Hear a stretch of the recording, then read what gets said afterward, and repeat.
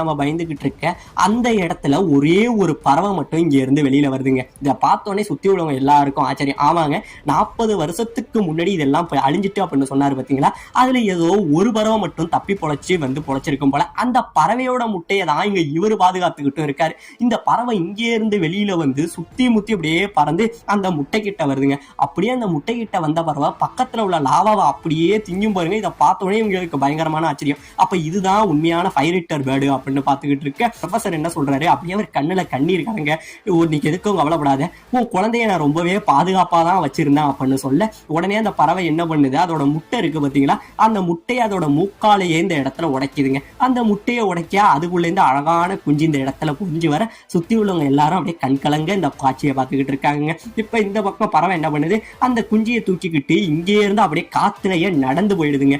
இப்படியே இது போனதுக்கு அப்புறம் இந்த இடத்துல மலை முழுக்க ஒரு மிகப்பெரிய